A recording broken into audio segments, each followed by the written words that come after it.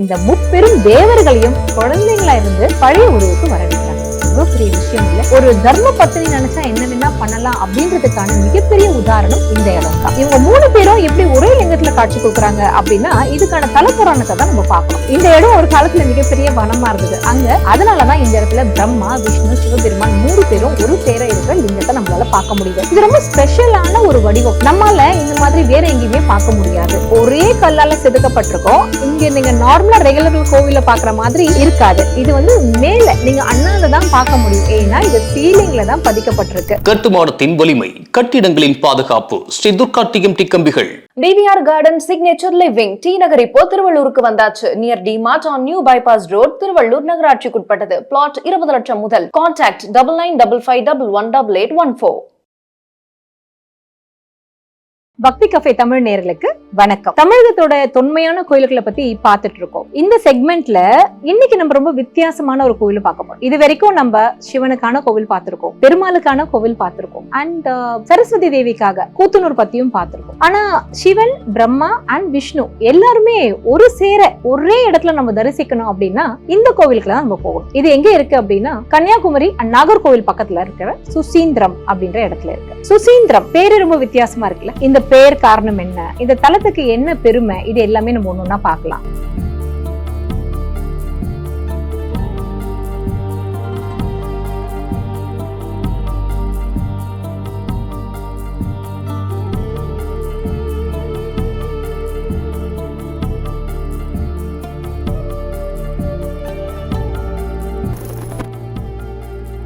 முக்கியமா இந்த கோவில் ஆர்கிடெக்சரல் மார்வல் அப்படின்னு சொல்லலாம். ஏன்னா இங்க இருக்கிற கல்ல தட்டினா கூட சப்தம் வரும். அதுவும் சப்தம்னா ஏதோ சப்தம் இல்ல, நல்ல அந்த ஸ்வரங்களோட இருக்கிற சப்தம் நமக்கு வரும். இந்த கோவில்ல முப்பெரும் தேவர்களான சிவன், விஷ்ணு, பிரம்மா 3 பேரும் ஒரே லிங்கத்துல நம்ம பார்க்க முடியும். அவ்வளவு பெருமையான இந்த கோவில். இந்த கோவிலோட பேரு தானுமாலயம். தான் சிவன், மால் அப்படின்னா பெருமாள், அயன் அப்படின்னா பிரம்மன். இந்த 3 பேரும் ஒரே இடத்துல நமக்கு காட்சி கொடுக்கறதா இந்த தானுமாலயன் கோவில். என்ன ஸ்பெஷல், ஏன் இந்த 3 பேரும் இந்த இடத்துல ஒட்டுக்க காட்சி கொடுக்குறாங்க அப்படின்னு பார்க்கலாம். இவங்க 3 பேரும் எப்படி ஒரே லிங்கத்துல காட்சி கொடுக்குறாங்க அப்படின்னா இதுக்கான தலப்புராணத்தை தான் நம்ம பார்க்கணும். இந்த இடம் ஒரு காலத்துல மிகப்பெரிய வனமா இருந்தது. அங்க அத்திரி முனிவரும் அவங்களுடைய தர்ம பத்தினி அனுசியா தேவியும் இங்க இருந்து தவம் பண்ணிட்டு இருந்தாங்க. அந்த காலகட்டத்துல அத்திரி முனிவர் இமயமலைக்கு போறாரு. அந்த நேரத்துல நம்மளுடைய முப்பெரும் தேவர்களும் அனுசியா தேவியோடைய கற்ப சோதனை பண்ண நினைச்சாங்க. இவங்களுக்கு என்ன வேலை, இவங்க அடிக்கடி இது மாதிரி சோதிப்பாங்க. ஆனா எந்த சோதனையும் மிகப்பெரிய சாதனையா தான் மாறும் அப்படின்றதுக்கு ஒரு பெரிய எக்ஸாம்பிள். இவங்க 3 பேரும் பிராமணர்கள் உருவத்துல அனுசியா தேவி கிட்ட எங்களுக்கு ரொம்ப பசிக்குது, கொஞ்சம் உணவு கொடுங்க அப்படின்னு கேக்குறாங்க. அனுசியா தேவி அவங்க 3 பேரும் உட்கார வச்சு உணவு பரிமாறுறாங்க. ஆனா ரொம்ப சேட்டையா இவங்க என்ன கேக்குறாங்கன்னா, உடை அணிந்து கொண்டு நீங்க பரிமாறினீங்கன்னா அந்த உணவை நாங்க எடுக்கலாகாது அப்படின்னு சொல்றாங்க. இதனடா இது பெரிய சோதனையா போச்சு அப்படின்னு சொல்லிட்டு அனுசியா தேவி மனம் கலங்குறாங்க. ஆனாலும் இவங்க மிகப்பெரிய தர்ம பத்தினியாச்சே, தன் கணவர் அத்திரி முனிவருடைய கால் அலம்பி வச்சிருக்க அந்த தண்ணியை எடுத்து என்ன பண்றாங்க, மனசுல நினைச்சு இவங்க 3 பேர் மேலயும் தெளிக்கிறாங்க. தெளிச்ச உடனே இவங்க 3 பேரும் குழந்தைங்களா மாறிடுறாங்க. அப்புறம் என்ன, குழந்தைங்க முன்னாடி அவங்க உடைகளை கழட்டிட்டு ஒரு தாய் போல இவங்களுக்கு உணவு கொடுத்து அவங்கள தூங்க வச்சு அவங்கள தாளாட்டி சீராட்டி எல்லாம் பண்றாங்க.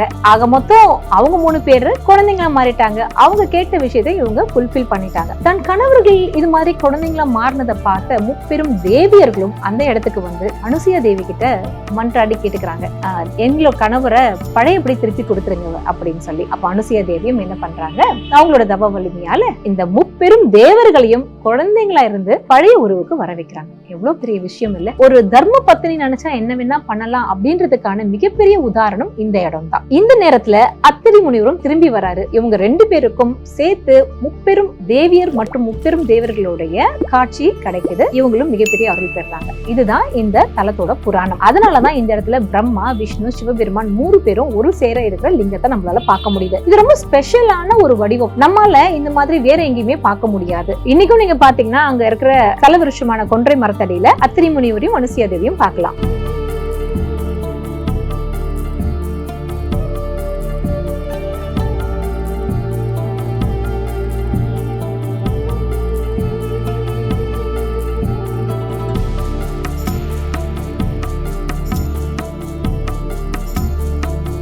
இந்த கோவில்ல ரொம்ப விசேஷமான நாட்கள் அப்படின்னு நம்ம எடுத்துக்கிட்டோம்னா சித்திரை தெப்பத் திருவிழா, மாசி மாசத்துல வர திருக்கல்யாணம், மார்கழி திருவிழா அப்படின்னு ரொம்ப விசேஷமா விமரிசையா நடக்கும். அது மட்டும் இல்லாம இந்த கோவில்ல நான் ஏற்கனவே சொல்லியிருக்கேன் ஆர்கிடெக்சரல் மார்வல் அப்படின்னு. இந்த கோவில்ல பாத்தீங்கன்னா நிறைய விசேஷமான மண்டபங்கள் இருக்கு. இதுல பாத்தீங்கன்னா செம்பக மண்டபம், குலசேகரன் மண்டபம், சித்திர சபை, அதாவது அங்க இருக்கிற நிறைய தெய்வங்களுடைய உருவங்கள்லாம் வச்சு சித்திர சபை, வசந்த மண்டபம், இது மாதிரி நிறைய மண்டபங்கள் இருக்கு. இந்த ஊருக்கு பேரே பாத்தீங்கன்னா சுசீந்திரம். வித்தியாசமா இருக்குல்ல? சுசீனா தூய்மை, இந்திரன் இந்திரம், அததான் சொல்றாங்க. அதாவது சாபம் பெறப்பட்ட இந்திரன். யாரால சாபம்?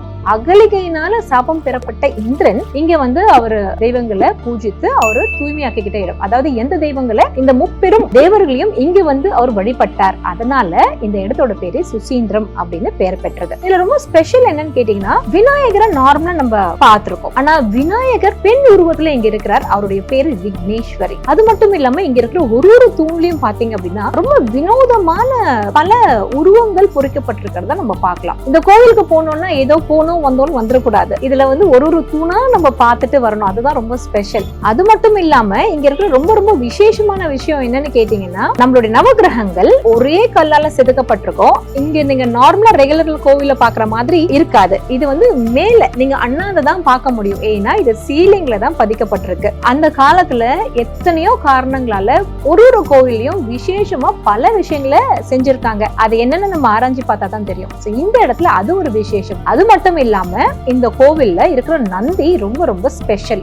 இவ்வளவு விசேஷம் இருக்க சுசீந்திரத்துல இன்னும் மகுடமா இருக்கக்கூடிய ஒரு விஷயம் என்னன்னு கேட்டீங்கன்னா, இங்க இருக்கிற ஹனுமன் சிலை.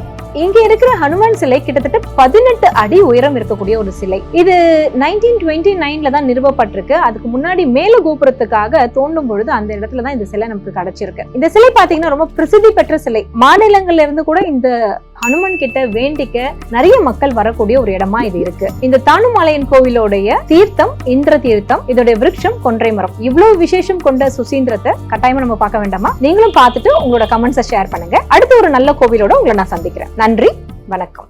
இந்த வீடியோ உங்களுக்கு பிடிச்சிருந்தா லைக் பண்ணுங்க, ஷேர் பண்ணுங்க, கமெண்ட் பண்ணுங்க. மறக்காம பெல் பட்டனை கிளிக் பண்ணிட்டு பக்தி கஃபே தமிழ் சேனலை சப்ஸ்கிரைப் பண்ணிடுங்க.